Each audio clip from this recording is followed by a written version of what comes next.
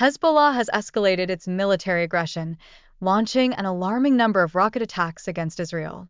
Reports indicate that 250 rockets were fired yesterday alone, with an additional 55 today.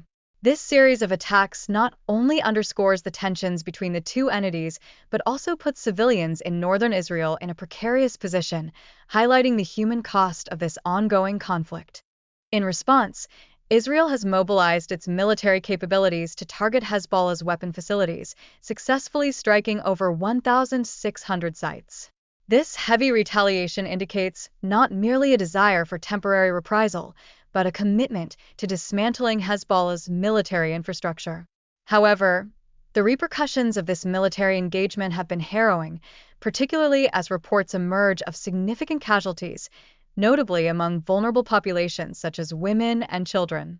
As the conflict intensifies, Israel has proactively advised the Lebanese populace to evacuate, underscoring the urgent nature of the situation.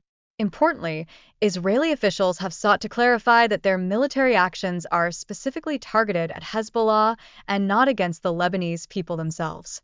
This distinction is crucial, as it reflects an attempt to mitigate civilian suffering even amidst a full-scale military conflict. Compounding these military developments, the Pentagon has signaled an increase in support for Israel, which includes bolstering the presence of 40,000 troops in the region. This substantial military backing not only emphasizes the escalating tensions, but also reflects a strategic imperative for readiness in the face of potential wider conflict.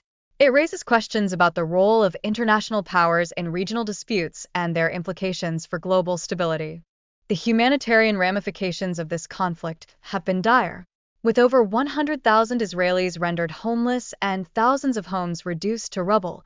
The relentless violence has created an urgent humanitarian crisis for many families.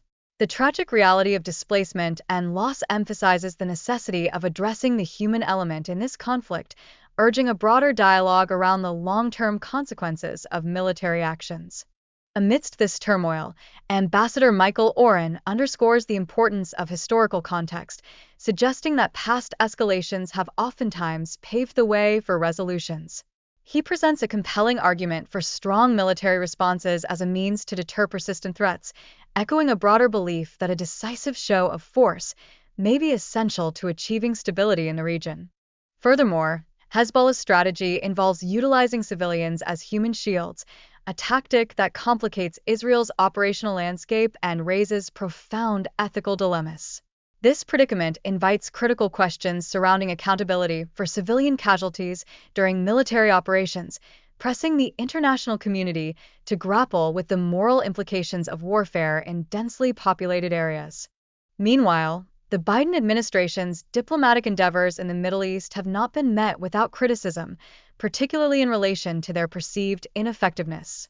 Strategic miscalculations, particularly regarding U.S.-Iran relations, have adversely affected regional stability, prompting discourse on how to recalibrate diplomatic strategies to better navigate these complex geopolitical dynamics.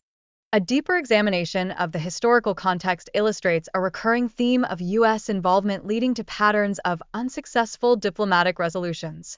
Often, it is through a demonstration of power and a commitment to resolve that meaningful impact can be achieved, compelling nations to reassess their positions and relationships.